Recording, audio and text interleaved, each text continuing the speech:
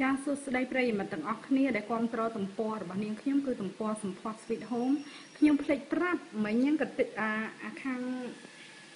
សរសៃនេះគឺជាសរសៃកាទៀវកាត់ទៅណាបើយើងចង់ញ៉ាំមួយនំបញ្ចុកយើងញ៉ាំមួយនំបញ្ចុកទៅចង់ញ៉ាំមួយកាទៀវកាត់ក៏ញ៉ាំទៅណាឬក៏ចង់ញ៉ាំជាមួយនឹងមីជប៉ុនក៏បានដែរយើងយកមកស្រុះមកមីជប៉ុនអាវែងមីម្សៅធ្វើពីម្សៅ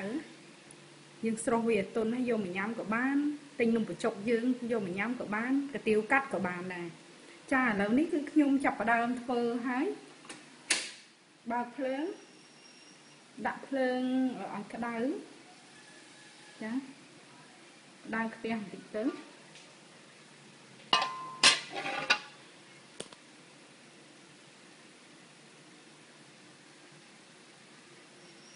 អញ្ចឹង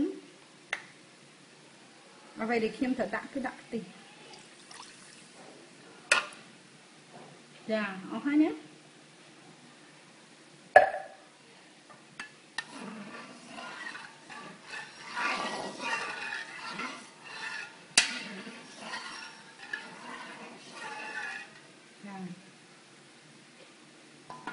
យវាពុះបន្តិចមកចា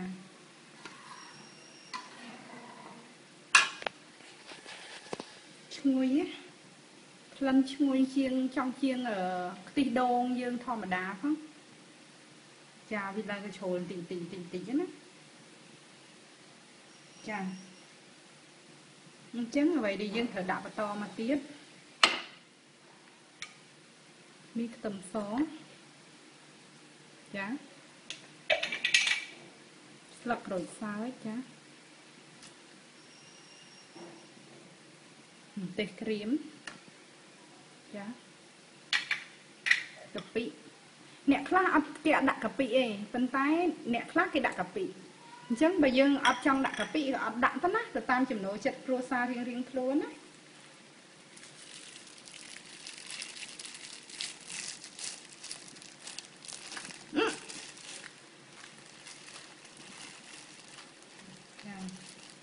វាមានពីរស្ទាប់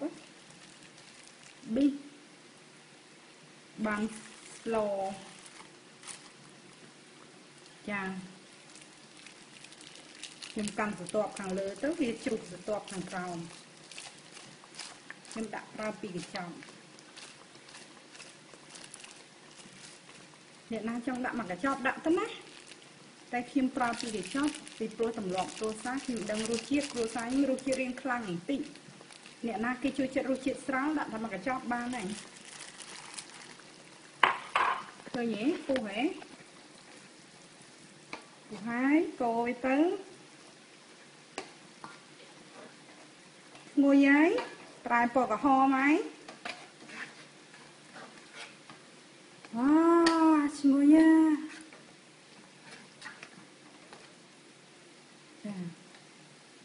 ខាប់ចាដាក់ខាណាcarnation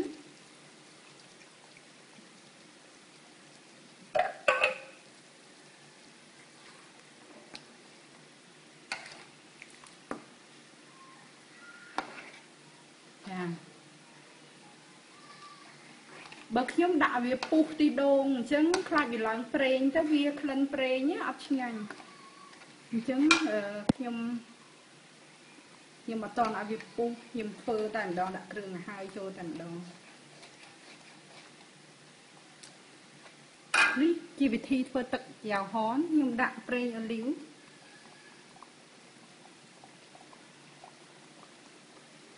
ចា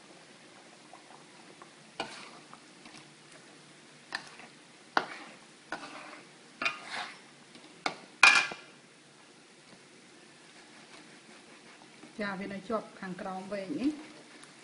កូរវាឲ្យជ្រុះបន្តិចវាក្តៅទៅវាជ្រុះចេញពីវែងដែរ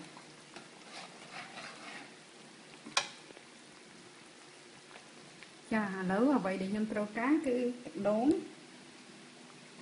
ដៃម្ខាងកាន់ទូរស័ព្ទដៃម្ខាងកាន់ដូងខ្លាចទៅជ្រុះដូងទៅក្នុងផ្ទះខ្ញុំទៅយកដៃ ដូងនេះផ្អែមណាទឹកវា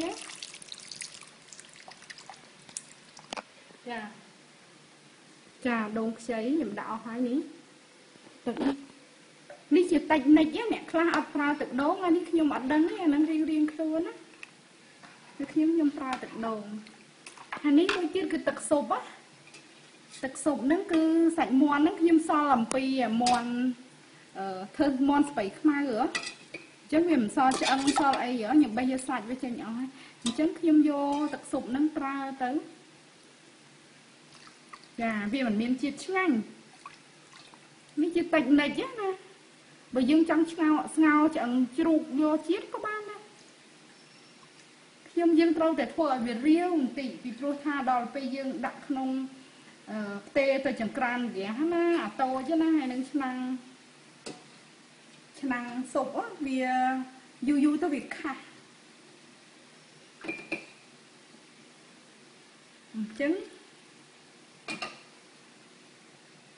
ដូចការីអញ្ចឹងប៉ុន្តែរសជាតិក្លិនខុសគ្នាអត់ដូចការីណាពួកយើងប្រើគ្រឿងសតេការីយើងអត់មានប្រើគ្រឿងសតេណាចាវ៉ាអូអត់អី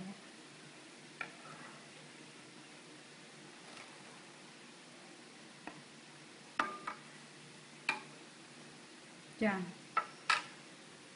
អ្វីដែលយើងត្រូវការទៀតមានស្រួលណាធ្វើយ៉ាងផណាទឹកសំរសជាតិមានប្រេងខ្យងមានស្វាស៊ុបចា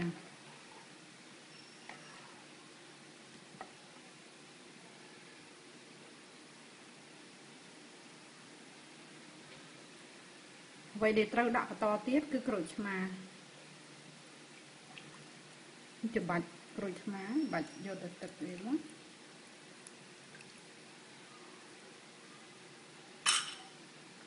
ខ្ញុំទិញក្រូចឆ្មាពីលាក់គេធំនេះវាមានទឹកច្រើនតែមិនដឹងជូរកម្រិតណាដែរអត់បានធ្វើតេស្តដែរមិញតែតិចទៀតភ្លក់មើលតែក្រូចឆ្មាធំចឹងច្រើនអត់សូវជូរទេដូចមនុស្សយើងចឹងធំត្រឡោកចឹងណាមានធំណាមើលទៅដូចកាចទៅតាមពិតអត់កាចទេចាយើងត្រូវការជូរអែមអញ្ចឹងយើងត្រូវការដាក់ស្ករសយើងច្រើនបន្តិចមកឲ្យដាក់ក្រូចឆ្មាទៅណាឲ្យវារាវឲ្យឃើញទឹកច្រើនអញ្ចឹងចុះពីព្រោះនៅពេលដែលយើងផ្ទេទៅដាក់ចក្រានមួយទៀតដាក់ទៅឆ្នាំងស៊ុបគឺវា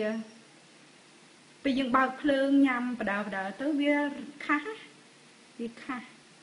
ហើយយើងតោងធ្វើឲ្យសាបបន្តិចដំបូងឡើយ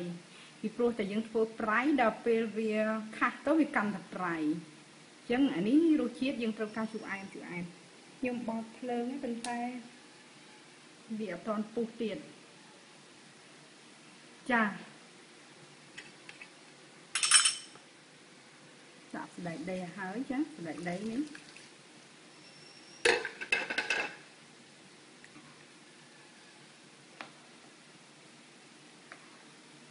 បើយើងចូលចិត្តចង់ក្រហមជាងនឹងបានគឺអ្នកទាំងអស់គ្នាអាចទិញម្ទេសក្រហមមកច្រើនមកខ្ញុំច្រាំដាក់ចាខ្ញុំទុកវាពុះឲ្យវារៀងខាប់ជាងនឹងបន្តិចចាបាទខ្ញុំផ្ទេទៅឆ្នាំមួយទៀតចាអញ្ចឹងសូមរងចាំតាមដានភាគទី3ដែលជាភាគបញ្ចប់អរគុណច្រើន